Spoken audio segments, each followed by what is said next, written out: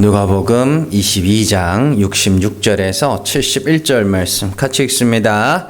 날이 새매 백성의 장로들 곧 대제사장들과 서기관들이 모여서 예수를 그 공회로 끌어들여 이르되 내가 그리스도이거든 우리에게 말하라. 대답하시되 내가 말할지라도 너희가 믿지 아니할 것이요 내가 물어도 너희가 대답하지 아니할 것이니라. 그러나 이제부터는 인자가 하나님의 권능의 우편에 앉아 있으리라 하시니 다 이르되 그러면 네가 하나님의 아들이냐. 대답하시되 너희들이 내가 그라고 말하고 있느니라. 그들이 이르되 어찌 더 증거를 요구하리요 우리가 친히 그 입에서 들었노라 하더라. 아멘. 누가복음 193번째 시간입니다. 예수는 그리스도다입니다. 우리가 이제 보통 예수님을 지칭할 때 예수 그리스도 이렇게 말합니다. 근데 여러분들이 그 사도행전 같은 데 이때 보시면은요, 그런 말들이 몇 번 나오거든요. 사도들이 예수가 그리스도라 증언하니라 이렇게 나옵니다. 그렇죠? 자, 그리스도가 뭐예요? 네? 그리스도. 구약 신약에서는 그리스도고요. 구약에서는 메시아, 히브리어로 메시아라고 그렇게 이야기를 합니다. 보통은 이제 구원자라고 알고 있죠. 근데 구원자라는 뜻은 아닙니다. 그 단어 자체가 구원자라는 뜻이 아니고 메시아와 그리스도는 기름 부음을 받은 자라는 뜻입니다. 기름 부음을 받은 자라는 뜻이고 기름 부음을 받았다라는 것은 하나님이 택하셨다라는 뜻입니다. 그러니까 그리스도 기름 부음 받은 자 택하셨다까지 가야 돼요. 그러니까 기름 부음을 받은 자 뭐 그래서 뭐 어떤 진짜 뭐 초대형교회 목사님이 뭐 성령의 기름 부으심이 뭐 있는 찬양 뭐 이러면서 뭐 그러고 그러는데 그냥 좋은 찬양 뭐 이러면 되지 뭘 또 성령의 기름을 부음을 받았다는 건 하나님이 택하셨다라는 뜻이에요. 그래서 성경에 기름 부음을 받는 것이 하나님의 택하신 자라는 그것을 보여주는 그 유명한 사건이 세 가지가 나옵니다. 첫 번째는 아론이 하나님의 택하심을 받고 기름 부음을 받아 제사장으로 등극하게 되는 그런 장면이죠. 광야에서 하나님은 이제 레위 지파에게 성막과 관련된 일을 시키고 그 중에 아론과 그의 자손들에게 제사장 직분을 맡깁니다.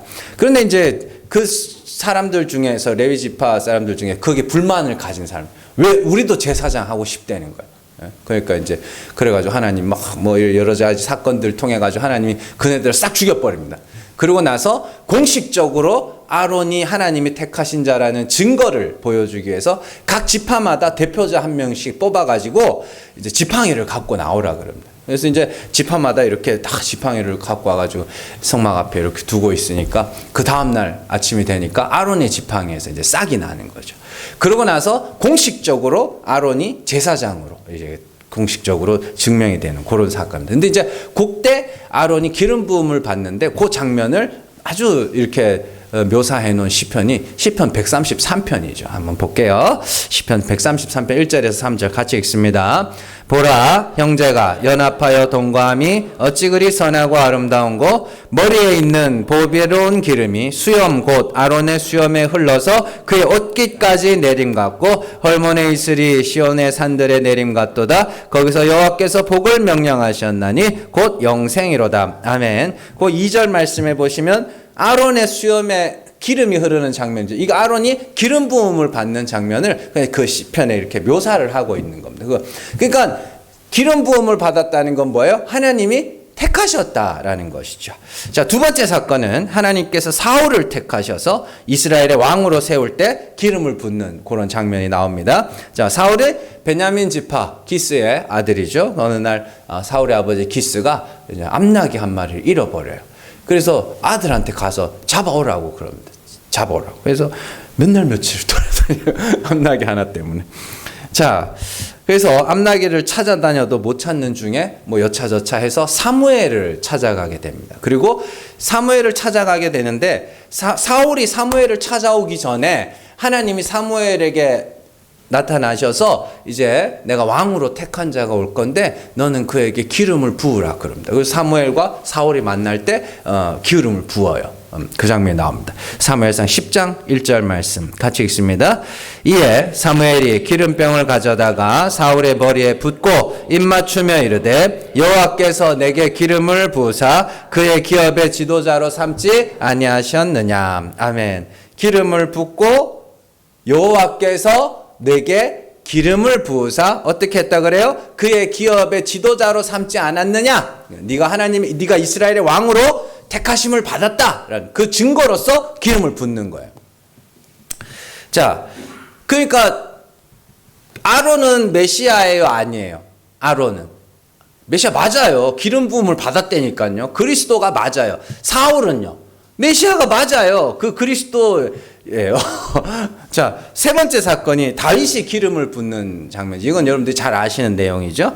사울이 하나님 앞에 불순종함으로써 이렇게 사무엘에게 나타나셔가지고 야, 이새의 집에 내 마음에 합한 자가 있다. 그러니까 가서 그에게 기름을 부어라 이렇게 이야기를 합니다. 그래서 사무엘이 이새의 집에 가죠. 첫 번째, 두 번째, 세 번째, 네 번째, 다섯, 일곱 번째 이렇게 가고는 이게 다냐? 하나 더 있는데요. 그래서 데리고 왔더니 다윗이었죠. 그에게 기름을 붓는 장면이 나옵니다. 사무엘상 16장 11절에서 12절 같이 읽습니다.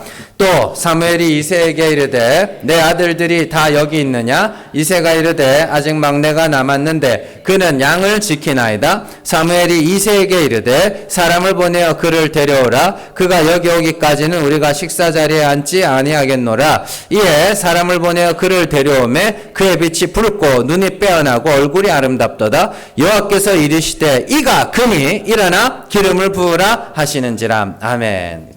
그러니까 다윗에게 기름을 부으라. 그 위에 일곱은 택하신 자가 아니에요. 근데 이스라엘 왕으로 택하신 자가 다윗이니까 뭐하라 그래? 그에게 기름을 부어라. 이게 이제 뭐 하는 거야? 택하신 자. 그럼 다윗은 그리스도의 아니에요. 그리스도가 맞아요. 메시아가 맞다고요. 그러니까 그런 것들을 여러분들이 예수가 그리스도, 예수 그리스도, 예수. 그냥 택하신 자들을 그리스도라 불러요. 메시아라 부른다고. 자, 그래서 다윗은 하나님이 택하셔서 기름 부으신 자요 그리스도이며 메시아입니다. 자, 여기서 이제 좀 우리가 한 가지 더 살펴볼 것은 사울과 다윗이 기름 붓는 장면에서 한 가지 공통된 사건이 하나 생기거든요. 그게 뭐냐면 기름 부음과 동시에 그들에게 성령이 부어지는 그런 모습들이 나타납니다. 사무엘상 10장 10절 말씀 같이 읽습니다. 그들이 산에 이를 때에 선지자의 무리가 그를 영접하고 하나님의 영이 사울에게 크게 임함으로 그가 그들 중에서 예언을 하니. 사무엘상 16장 13절 같이 읽습니다. 사무엘이 기름 뿔병을 가져다가 그의 형제 중에서 그에게 부었더니 이날 이후로 다윗이 여호와의 영에게 크게 감동되니라. 사무엘이 떠나서 라마로 가니라. 아멘. 자, 이렇게 표면적으로 보이는 것은 사무엘이라는 사람이 다윗과 사울에게 기름, 감람유를 이렇게 붓는 장면이죠. 표면적으로 보이는 것은. 근데 이거 누가 부으라 그런 거예요? 하나님이 부으라 그런 거죠. 그러니까 영적으로는 하나님이 그 택하신 자들에게 뭐를 부어요? 성령을 부으시죠. 그래서 성령의 기름 부으심이라고 이야기를 하는 겁니다. 그러니까 성령이 부어졌다는 건 그들이 뭐 했다는 증거예요? 택하심을 입었다는 증거예요. 그러니까 여러분들이 성령이 임했다라는 건 여러분들이 뭐가? 하나님의 기름 부으신 자이며 하나님이 뭐 하신 거예요? 택하셨다라는 뜻입니다. 그러니까 말씀이 다 이렇게 연결이 되는 거예요. 네. 그러니까 자꾸 이렇게 성경이나 이런 말씀들을 상상하면 안 돼요. 그러니까 다 연결이 돼 있다고요. 자, 그런 의미에서 성령을 받아 하나님의 말씀을 전하는 자들도 선지자죠. 그들도 그리스도, 메시아, 기름 부음을 받은 자, 택한 자라고 이야기를 하는 겁니다. 이상의 내용을 정리하면 그리스도, 메시아는 기름 부음을 받은 자라는 뜻이며 기름 부음을 받았다는 것은 하나님이 택하신 자라는 뜻이며 자, 그들에게는 성령이 임합니다. 자, 그래서 그리스도의 삼중직이라고 이렇게 불리는데, 그래서 제사장, 왕, 제사장, 선지자 이렇게 부르는 것이죠. 자, 이상의 특징들이 나타난 사건이 예수님이 세례를 받으시는 사건이었죠. 자, 마태복음 3장 16절에서 17절 말씀 같이 읽습니다. 예수께서 세례를 받으시고 물에서 올라오실새 하늘이 열리고 하나님의 성령이 비둘기같이 내려 자기 위에 임하심을 보시더니 하늘로부터 소리가 있어 말씀하시되 이는 내 사랑하는 아들이요 내 기뻐하는 자라 하시니라. 아멘. 자, 예수님이 세례를 받으시는데 성령이 비둘기같이 임하였다 그래요. 그러니까 이걸 여러분들이 제가 전신갑주, 하나님의 전신갑주 막 그러면서 구원의 소망의 어쩌고 막 그런 거 나오잖아요. 그럼 이게 투구, 흉배, 이런 게 중요해요? 그게 중요한 게 아니죠. 거기서 다른 게 중요해요. 마찬가지 여기 성령의 비둘기 같이 임했다 그러니까 괜히 비둘기 상상하지 마시고 그냥 성령이 임했다는 거예요. 자, 그렇게 성령이 임했는데 이걸 뭐라 그러냐면 하나님이 예수님에게 뭘 하셨다? 기름을 부으셨다.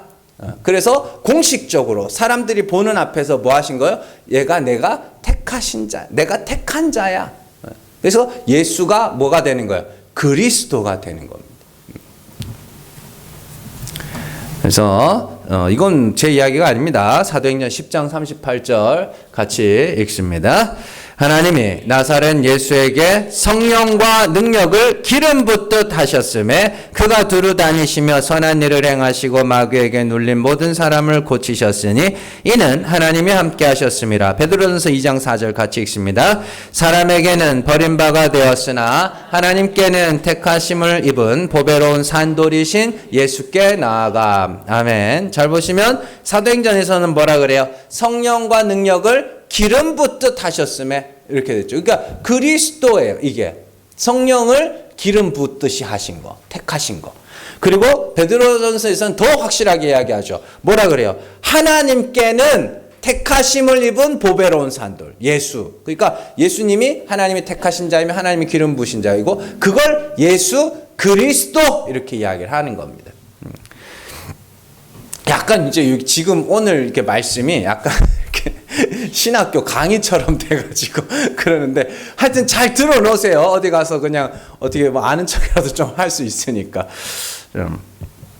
이처럼 우리가 예수 그리스도라고 부르는 말은 예수님이 성령의 기름 부음을 받은 하나님이 택하신 자라는 뜻입니다. 자, 이 말씀을 잘 기억하고 오늘 말씀을 한번 살펴볼게요. 자, 오늘 말씀부터 예수님은 3번의 재판을 받으실 겁니다.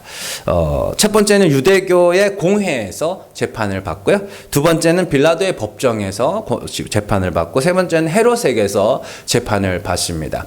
자, 이 3번의 재판을 성경이 기록하고 있는 이유는 예수님이 십자가에 못 박힐 만한 죄가 없다라는 것을 보여주기 위함입니다. 그러니까 보통의 재판은 뭐예요?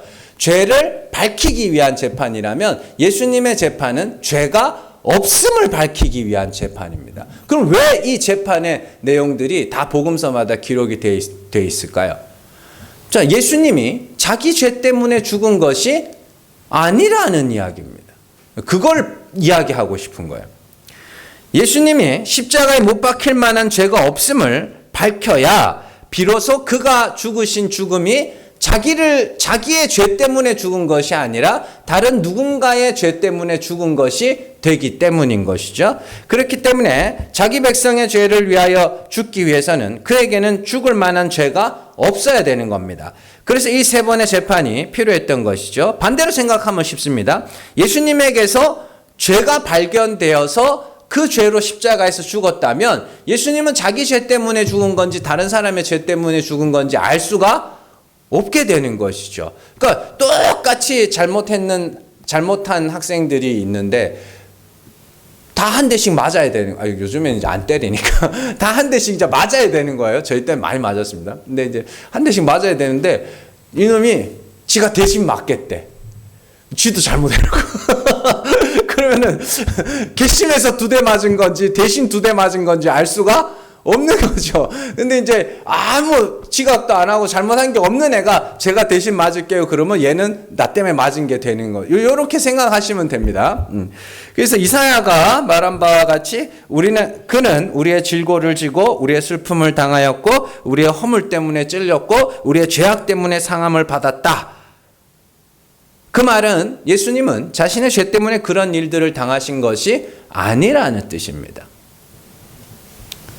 그렇게 되기 위해서 예수님에게서는 어떤 죄도 발견되어서는 안 되는 것이죠. 그래서 이 세 번의 재판, 율법에서도 로마법에서도 유대법에서도 어떤 죄도 발견될 수는 없는 그런 이야기입니다. 그래서 마지막에 이제 빌라도가 나중에 그러죠. 손 씻고 나는 이 사람이 죽인 것에 난 죄 없다. 왜냐하면 발견하지 죽일 만한 죄가 발견되지 못했거든요. 자, 예수님은 그의 죄가 아니라 나의 죄 때문에 죽으신 분이심을 알려면 그의 고난이 그의 죄 때문이 아님을 알아야 되기 때문입니다. 오늘은 이 세 번의 재판 중에 첫 번째 재판, 공회의 재판이 기록되어 있습니다. 공회 재판은 요즘 예전으로 치면 종교 재판이라고 생각하시면 됩니다. 그러니까 대제사장이 이제 재판을 하잖아요. 장로들하고 대제사장이. 그러니까 종교 재판이에요. 유대교의 법으로 재판을 하는 것이죠. 자, 그런데 공회에 모인 사람들이 예수님을 향하여 던진 질문이 두 가지입니다. 굉장히 특이한데요. 첫 번째로 네가 그리스도냐? 라고 묻습니다. 네가 기름 부음을 받은 자냐? 네가 하나님이 택하신 자냐? 이렇게 물어요. 그러니까 이거를 조금 이제 이게 사실은 분량이 어마어마하게 준비를 했다가 다 쳐냈습니다. 다 쳐내고 그냥 필요한 것만. 시간이 너무 길어질 것 같아요. 그랬는데 자, 네가 그리스도냐라는 질문은 네가 하나님이 택하신 자냐라는 뜻인데 이는 네가 구약에서 예언된 그 선지자, 그 왕, 그 제사장이냐라는 뜻입니다. 네. 자, 우리가 계속 요즘에 이제 어떻게 말씀들이 겹치다 보니까 계속 살펴보고 있는 것 중에 하나가 예수님이 모세가 말한 나와 같은 선지자라는 걸 우리가 반복해서 들었죠. 그게 그 선지자입니다. 하나님이 택하신 그 선지자, 모세와 같은 선지자, 그 선지자. 그래서 예수님은 모세와 같은 모양으로 오셨죠. 그래서 그 탄생의 이야기가 그렇게 기록되어 있는 것도 모세와 비슷해요. 그 태어날 때 일어난 이 사건들이. 그게 예수님이 모세와 같은 선지자라는 뜻입니다. 자, 그건 우리가 쭉 살펴봤고요. 자, 두 번째로 예수님은 그렇다면 하나님이 택하신 제사장이 맞는가? 맞아요, 아니에요? 맞아요. 맞아요. 자, 시편 110편 4절 말씀 같이 읽습니다. 여호와는 맹세하고 변하지 아니하시리라. 이르시기를 너는 멜기세덱의 서열을 따라 영원한 제사장이라 하셨도다. 아멘. 자, 보통 제사장은 누구의 후손이에요? 예? 아론의 자손들이죠. 그런데 여기서 중요한 게 여호와는 맹세하셨다는 거예요. 맹세하셔서 어떤 누군가에게 너는 멜기세덱의 서열을 따르는 또 영원한 제사장이라고 이야기를 합니다. 그러니까 아론의 반차를 쫓는 제사장 말고 아론의 서열, 아론의 자손들 말고 또 다른 하나 서열, 멜기세덱의 서열을 따르는 영원한 제사장이 올 거라고 그랬어요.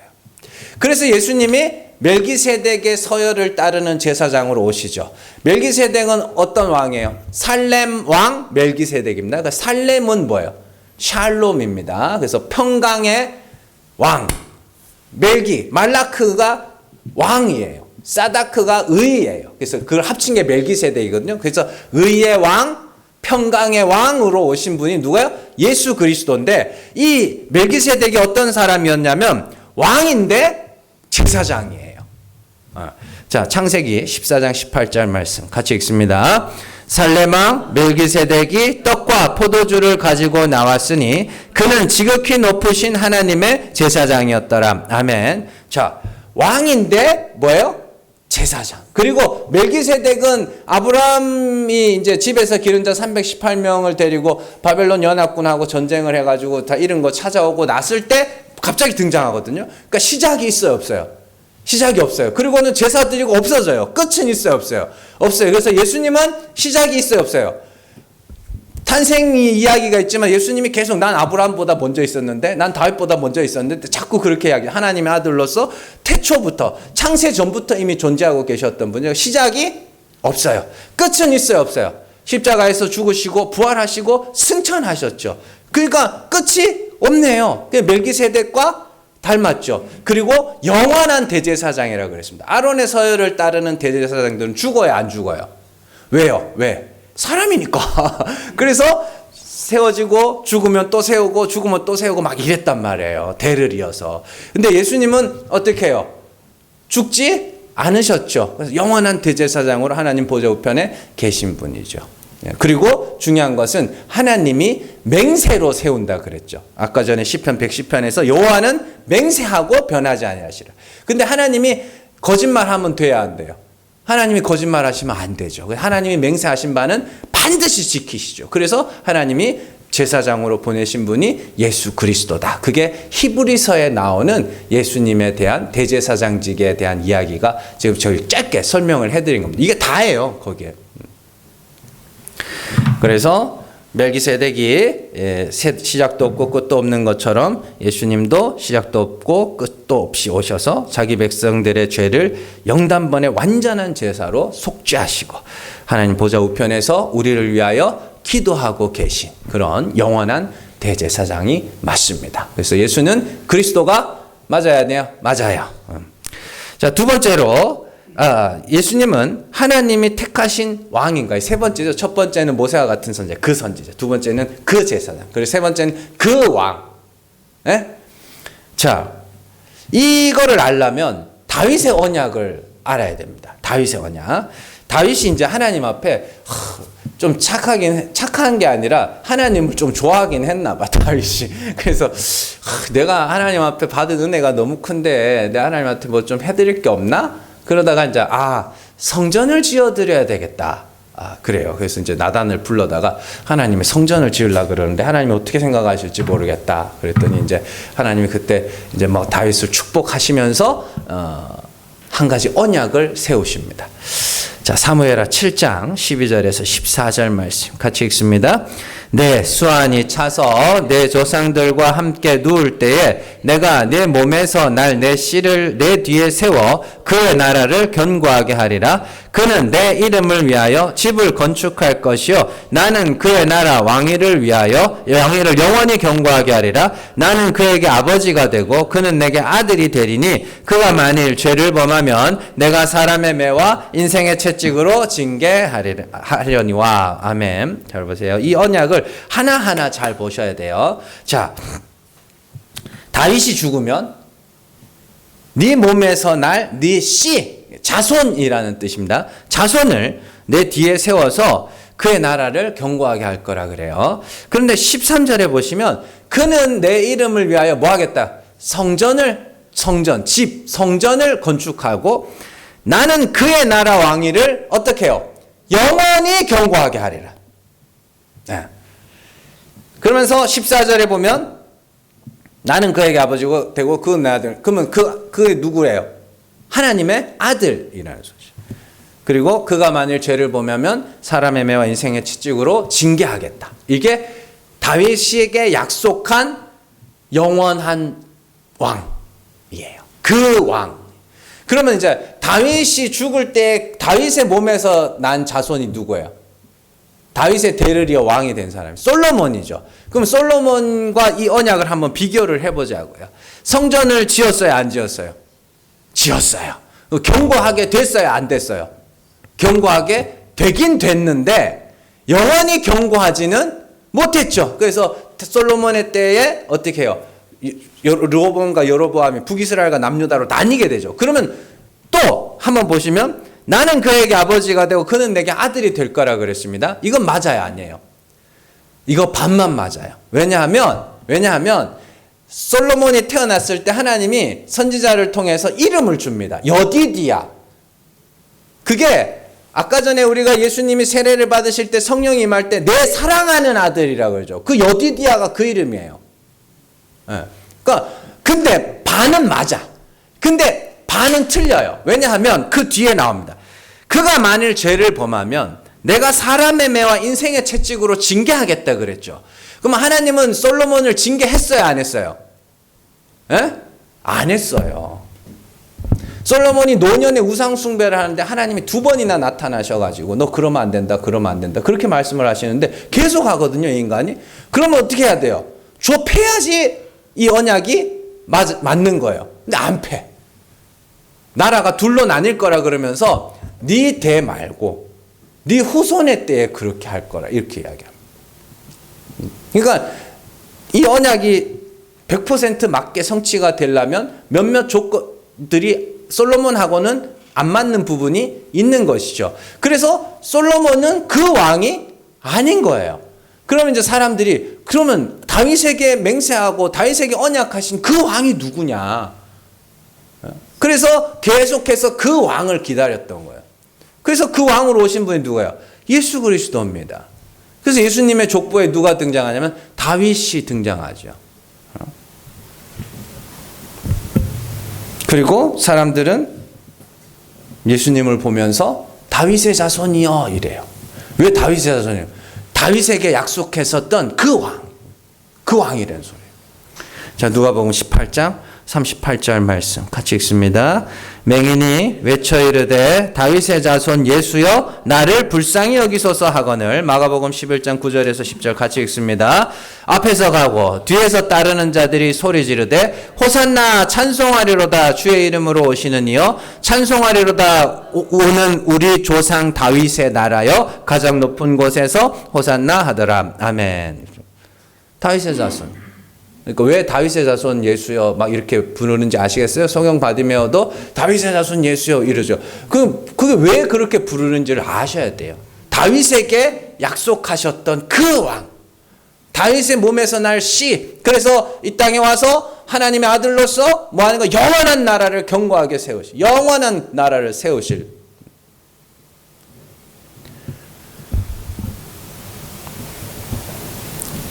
그래서 예수님은 죄가 없으신데 사람의 매와 인생의 채찍에 맞아 십자가에서 죽으시죠. 왜요? 그의 백성의 죄를 대신 지시고 죽으신 왕. 그래서 예수님의 죄패에 뭐가 있어요? 3개 국어로, 3개 국어로 유대인의 왕이라고 죄패가 붙어 있는 거죠. 자기 백성들을 위하여 죽으시는 섬기는 왕이라는 뜻입니다. 그렇게. 자, 그래서 예수님은 그리스도가 맞아요, 아니에요? 그리스도가 맞아요.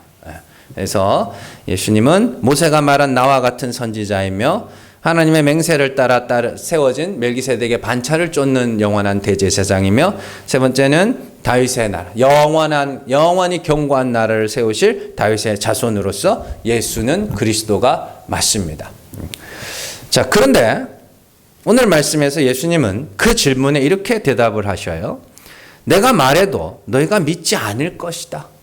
이렇게 이야기를 해요. 그리고 또 뭐라 그러냐면 내가 물어도 너희가 대답하지 않을 것이다. 이렇게 얘기해요. 왜 그럴까요?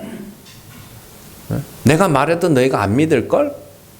너희는 내가 그리스도라고 생각해 라고 물어도 너희는 대답하지 않을걸? 왜 그럴 것 같으세요? 자, 예수님은 선지자로서 하신 일이 참 하나님이 어떠한 분인지를 나타내셨죠. 근데 사람들이 그 말을 듣고 그 하나님이 참 하나님인 줄 믿었어요? 안 믿었어요? 안 믿었어요. 왜 안 믿었어요? 지가 생각하는 하나님이 아니거든. 그래서 사람들은요, 진실을 원하지 않아요, 사실. 되게 웃긴 거거든요. 사람들은 진실을 원하지 않아요. 대부분의 사람들이, 다는 아니고. 진실을 원하는 게 아니라 자기가 듣고 싶은 말을 듣고 싶어 하는 거죠. 예수가 그리스도든 아니든 상관없어. 그러니까 정말 구약의 역사들 여러분들이 한번 자세히 살펴보시면 선지자들의 이야기만 한번 찾아서 살펴보시면 구약에서요, 참 선지자는 항상 박해받았고요, 두들겨 맞았고 갇히고 죽었습니다. 거짓 선지자들은 호의호식했어요. 왜냐하면 거짓 선지자들은 듣고 싶은 말을 해주거든.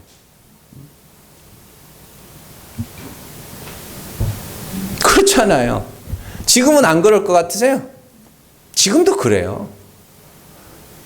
역사가 바뀌고 세상은 바뀌고 막 이렇게 한다 그래도 인간들의 그 안에 있는 본성이라는 건 바뀌질 않아요. 예수님이 오셔서 유일하신 참 하나님이 죽은 자를 살리시는 은혜의 하나님이라고 증거를 했습니다. 사람들이 그 하나님을 싫어하는 거예요. 안 믿어요. 그리고 왕으로서 예수께서 세우실 영원한 나라는 이 땅에 세워지는 나라가 아닙니다. 아니에요. 뭐 어떤 사람은 그런 책을 쓰기도 했습니다. 되게 유명한 책인데 천국만이 내 집은 아닙니다. 뭐 그래서 이 땅에서도 천국처럼 살아가자 뭐 그런 내용의 이야기인데 이 땅에서 안 돼요. 이 땅에서는 천국을 만들 수가 없습니다. 그래서 많은 사람들이 했었잖아요. 도전했었잖아요. 마르크스라 같은 사람들은 그 신학자입니다. 신학교 나왔어요. 그 사람들이 이상향, 유토피아를 뭐 보고 만들었겠어요? 천국을 보고 만들었다고. 그런데 사람의 힘으로 그걸 만들려고 그러는 거예요. 그러니까 안 되는 거예요. 그 지금까지 계속 실험을 하고 있는데도 안 되잖아요. 안 돼요. 안 되는 건 안 되는 거예요. 하나님이 다스려야 비로소 그게 되는 거거든요. 그래서 사회주의 국가나 공산주의 국가를 향해서 무신론이라 그러는 거예요. 그건 하나님만이 하실 수 있는 거고 하나님만이 만들 수 있는 나라인데 그걸 사람이 만들겠다고 하니 안 되는 거죠. 기독교 역시 마찬가지입니다. 기독교는 영원한 하나님 나라를 소망하는 겁니다. 그런데 초대교회 당시에도 이 땅의 이야기를 하는 사람들이 있었어요. 그들에 대해서 사도 바울이 아주 신랄하게 비판을 하죠. 고린도전서 15장 19절 말씀 같이 읽습니다. 만일 그리스도 안에서 우리가 바라는 것이 다만 이 세상의 삶뿐이면 모든 사람 가운데 우리가 더욱 불쌍한 자이리라. 빌립보서 3장 18절에서 19절 같이 읽습니다. 내가 여러 번 너희에게 말하였거니와 이제도 눈물을 흘리며 말하노니 여러 사람들이 그리스도의 십자가의 원수로 행하느니라. 그들의 마침은 멸망이요 그들의 신은 배요 그 영광은 그들의 부끄러움에 있고 땅의 일을 생각하는 자람. 아멘. 십자가의 원수가 누구예요? 땅의 일을 생각하는 자. 성도의 삶은요, 예수 안 믿는 사람들의 삶보다 고달프면 고달팠지 그들보다 더 나은 삶을 살 것을 기대하시면 안 됩니다. 이 땅의 소망이 하나하나 끊어져 가고 그로 말미암아서 내가 갈 곳은 영원한 하나님 나라밖에 없구나 이걸 배워가는 거예요. 그리고 그 천국을 소망할 때마다 나는 죄인이라 못 가지만 그리스도의 십자가의 공로로 가는 거다. 하나님이 그 아들을 우리에게 내어주시지 않았다면 우리는 소돔과 같고 고모라와 같아서 하나님의 저주를 받아 죽을 수밖에 없는 죄인이다. 이거를 배워요. 그래서 외적으로나 내적으로나 계속해서 그걸 배우고 그러니까 제일 불쌍한 자가 맞죠.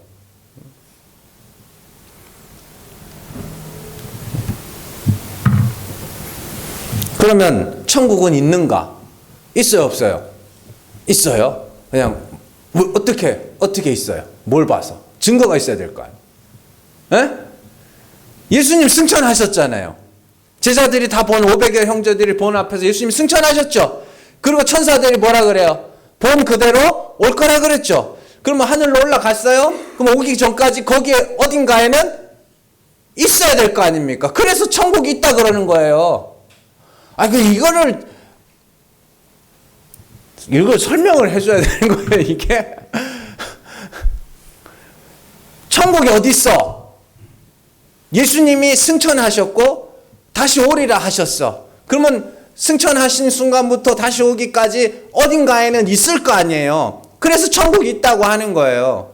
물론 더 깊이 들어가면 야곱이 뭐 봤어요? 베델에서 하나님 나라를 봤죠. 하나님 나라를 봤죠. 그래서 여기가 베델이라고 지어놨어요. 하나님의 집이라는 뜻입니다.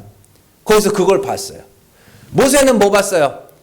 모세는 산에서 뭐 봤어요? 하늘에 있는 거 그거 봤죠. 천국 본 거예요. 그걸 본따 가지고 성막을 만들었죠. 다윗은 뭐 봤어요? 똑같은 거 봤어요. 에스겔도 똑같은 거 봤어요. 요한도 똑같은 거 봤어요. 그러나 가장 중요한, 가장 실제적이고 가장 현실적인 증거는 예수님이 승천하셨다는 겁니다. 그리고 다시 오마 약속하신 겁니다. 그러면 승천하시고 다시 오시기까지 어딘가에는 계셔야 될 거 아니에요. 그래서 성경은 그걸 아버지 보좌 우편에 계신다, 앉아 계신다라고 이야기를 하는 것이죠. 그리고 그 나라가 영원한 나라, 예수께서 영원히 다스리시는 영원한 나라라고 이야기를 하는 겁니다. 천국이 있어요. 성경의 증거로 말씀을 드리는 겁니다. 내가 어디 와가지고 기도원에서 기도하다가 한번 자빠졌는데 정신을 잃어가지고 거기 가봤더니 막 하늘에 막 제가 들었던 천국 간증 중에 제일 재밌는 게 그거였습니다. 어떤 집사님은 땅에 있을 때 축구를 너무 좋아하셨대. 천국에 갔더니 축구장이 막 있대. 그래서 그랬다는데 우리 집사님 좋아하시겠네. 그랬는데 그런 거 상상망상 말고 성경의 증거로 지금 말씀을 드리는 거예요. 천국이 있어요. 있다고요. 그러니까 우리가 이 땅에서 예수를 믿고 또 이렇게 살아가고 있잖아요. 이 모든 과정들이 여러분들을 그 천국에 합당한 자로 다듬어 가시고 연단해 가시는 그 하나님의 연단의 과정이에요. 그 연단이라는 게 뭐예요? 연단이라는 게 제가 연마랑 연단이랑 차이를 말씀을 드렸죠. 연마는 이렇게 등산 같은 거 하시다 보면 사람들이 하도 만져가지고 막 나무가 빽질빽질한 거 있죠. 그게 연마예요. 연마. 막 이렇게 갈고 닦아서 반짝반짝하게 나는. 연단은요, 금, 은 같이 불순물을 싹 걷어내고 그 필요한 것만 해요. 그래서 다 태워내는 겁니다. 녹여내는 겁니다. 그러니까 여러분들이 연단을 받는다라는 건 엄청나게 불시험을 받겠다는 이야기입니다. 어떤 그 목표가 있을 거 아닙니까? 어떤 목표예요? 내가 하나님 앞에서 어떤 자랑도 하지 않고 사람들 앞에서 차별하지 아니하며 서로 상하지 아니하고 해도 끼치지 아니하는 어린 아이와 독사가 같이 뒹구는 그 뭐냐면 누구에게도 해를 끼치지 않는 그런 자로 만드는 거예요. 하나님의 은혜가 아니면 나는 절대로 여기 올 수 없었습니다라는 그런 고백을 하기 위해서. 그래서 하나님이 여러분들을 어떻게 하시냐면 여기도 빠뜨렸다가 저기도 옛날에 왜 목욕탕 같은 데 가면 뭐 냉탕도 있고 온탕도 있고 열탕도 있고 뭐 녹차탕도 있고 뭐 막 있잖아요. 거기 하나하나 빠뜨려서 뭐 하시냐면 연단해 가시는 거예요. 그럼 여러분들이 이 땅에서 그럼 뭐가 고발당하냐면 하루하루 지나면 지날수록 야 이건 하나님이 버리셔도 할 말 없는 자네. 그게 여러분들이 마음이 연단을 받는 거예요. 그래서 그렇게 완전히 죽여놓고 하나님 나라에 딱 세워놨을 때 하나님 내가 여기 온 거는 하나님의 은혜입니다. 그래서 다른 사람들을 보면서도 뭐 하는 거예요? 다른 사람들 보면서도 내가 더 못났는데 누구도 차별할 수 없는. 그래서 그런 모습이 한 번씩 여러분들이 성령의 감동이 있고 성령의 역사하심이 있고 여러분들 신앙의 연수가 거듭되면 거듭될수록 성도가 점점 뭐 하냐면 말을 잃어가요. 할 말이 없어져. 왜냐하면 자기의 실체가 다 드러났거든. 그런 과정을 발박하고 있냐고요. 아직도 과거에 내가 행한 일들을 가지고 사람들을 판단하고 내가 그래도 저보단 낫지. 여러분들 그거요. 육체 소욕이에요. 성도는 신앙의 횟수가 거듭될수록 내 죄를 더 분명하고 더 선명하게 알아가는 거예요. 그래서 십자가가 아니면 안 되는구나. 그래서 하나님이 그 아들을 내어주시지 않았다면 나는 구원을 잃을 수 없었구나라는 걸 배워가는 자라고요. 그게 말씀이 여러분들 안에서 역사하여 하나님 나라에 합당한 자로 만들어가는 하나님의 능력이란 말이에요. 그 능력을 좀 경험을 하셔야 된다고요.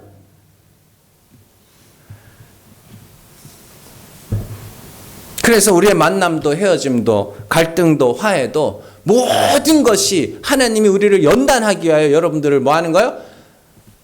겪게 하시는 거예요. 필요 없는 일이 없다고요.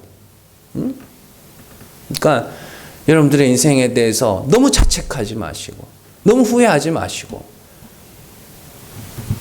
겪었어야 하는 일이구나. 지금 겪는 일도 겪어야 하는 일이구나. 그러다가 뜨문뜨문 하나님이 한 번씩 진짜로 내가 아무것도 할 수 없을 때, 그래서 하나님 기도도 안 나와. 여러분들 그런 경험들 좀 해보실 분들이 있을 텐데, 너무 괴로우면요 기도도 안 나와요. 앉아가지고 아버지 해놓고는 이런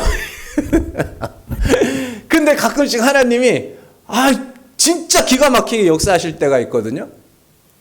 그때 한 번씩 하나님이 진짜 죽은 자를 살리시는 분이구나. 우리가 또 몸소 한번 이 땅에서 겪어내는 거고. 그 여러분들의 삶에 필요 없는 게 없어요.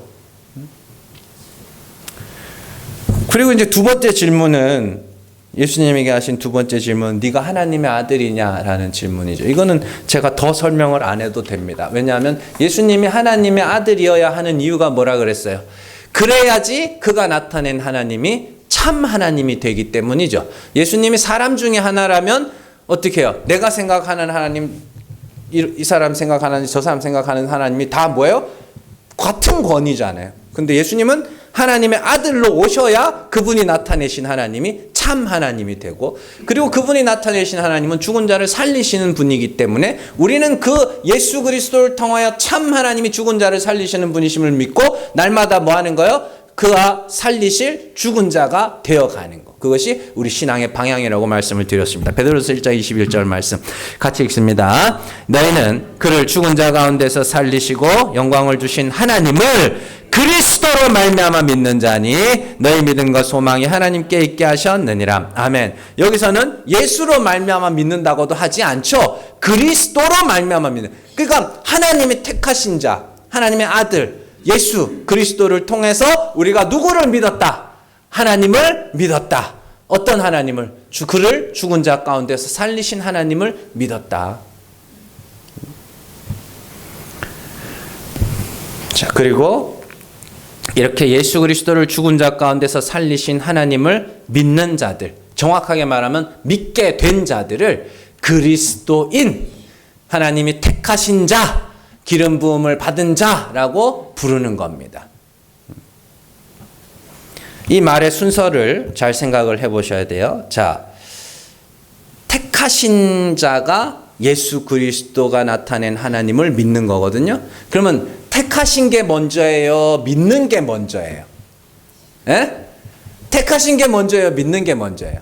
택하신 게 먼저예요. 에? 사도 바울이 이야기를 하죠. 내가 어머니의 태로부터 택정함을 받았다고 이야기하죠. 나기도 전에 하나님이 자기를 택하셨다. 에베소서 1장에서도 창세 전에 그리스도 안에서 우리를 택하사 나오죠. 그러니까 여러분들은 택하신 게 먼저예요. 그러면 자, 나기 전에 택하였어요. 근데 만약에 이제 예를 들어서 쉽게 30살에 믿게 됐어요. 그러면 이 나면서부터 30살까지는 그러면 뭐예요? 이건 아무 의미가 없는 시간이에요? 아니에요. 하나님이 믿을 수밖에 없도록 이끌고 온 시간입니다. 네. 뭔 말인지 아시겠죠? 믿을 수밖에 없도록.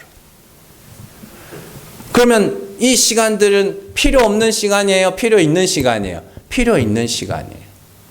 그러고 보면 뭐 제 이야기니까 해도 되겠죠? 저는 목사님 가정의 자녀로 태어났습니다. 택하시. 그러면 처음부터 믿었느냐? 아니, 개뿔 믿음 없었어요. 부끄러운 게 되게 많은 사람입니다. 그러다가 여러 가지 일들을 겪고 어느 순간 믿게 됐어요. 그러고 나서 뒤를 돌아봤더니 어떤 생각이 드냐면, 이런 일들이 없었다면 나는 믿을 수가 없었겠네. 이런 거예요. 믿지 않는 가정에서 태어난 사람들도 마찬가지입니다. 믿음이 없는 가정에서 태어난 사람들도 어느 순간 믿게 됐다면 그 이전의 시간들을 돌아보면 예수를 믿을 수밖에 없도록 만들기 위해서 하나님이 이런 일들을 겪게 하신 거구나. 그러면 우리가 거기서 하나님의 역사를 뭐 하는 거예요? 보게 되겠죠. 그리고 믿은 후에는 아까 전에 말씀드렸듯이 우리를 하나님 나라에 합당한 자로 연단해 가시는 과정으로 여기게 되는 것이죠. 쉽지 않아요, 여러분들.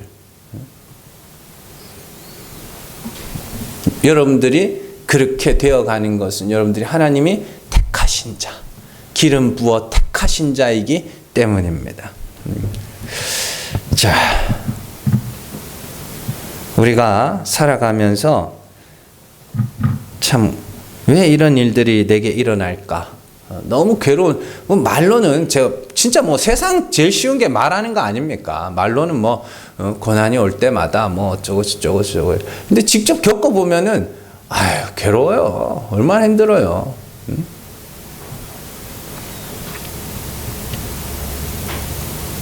진짜로 힘들거든요. 여러분들, 제가 여러분들이 더 잘하시지, 저보다. 그죠?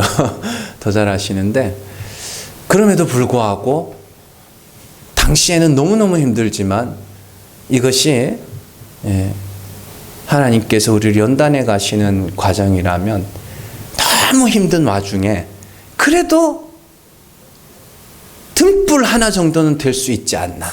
그런 생각을 합니다. 그 성경에 보면은 그런 말이 나오거든요. 등불이 꺼지지 않았다라는 말들이 자주 나옵니다. 그러니까 아무런 희망이 없어요. 이스라엘에 모두가 범죄하고 모두가 하고, 그리고 이 사람은 하나님의 사람 전부 하던 사람이 죽었어요. 희망이 없어요.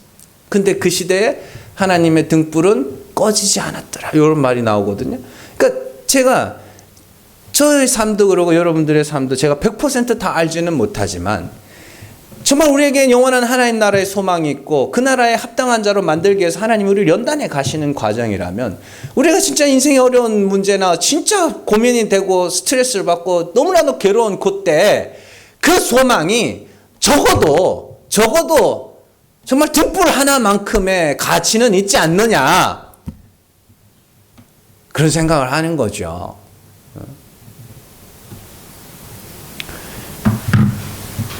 여러분들이 하나 기억하셔야 되는 것은 예수께서 지금 희롱을 당하시고 또 재판을 받으시고 하는 이 모든 과정을 예수님은 받고 싶어 했어요? 안 받고 싶어 했어요? 안 받고 싶어 하셨죠. 주의 이 잔을 내게서 옮겨달라고 기도했죠. 그런데 하나님이 그 기도를 들으신 거예요? 안 들으신 거예요? 안 들으신 거예요. 왜요? 이건 하나님의 뜻이거든.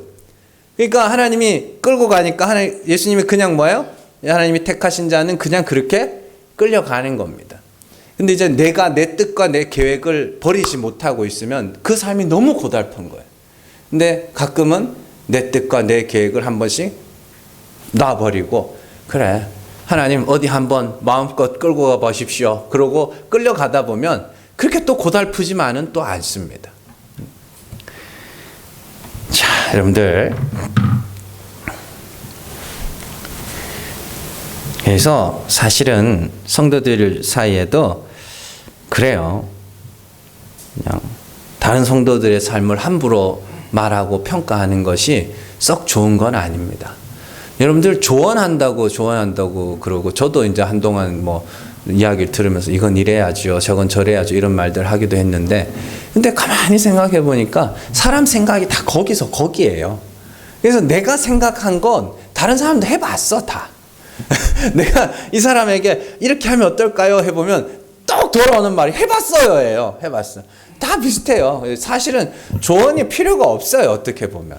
그냥 필요한 건 뭐냐면 조용히 누군가가 들어주는 거죠. 잘 들어주고 그랬냐고. 이게 필요한 거. 왜 지금 나의 삶이 하나님이 이끌고 가시는 삶이라면 그의 삶도 뭐 하는 거예요? 하나님이 이끌고 가시는 삶이.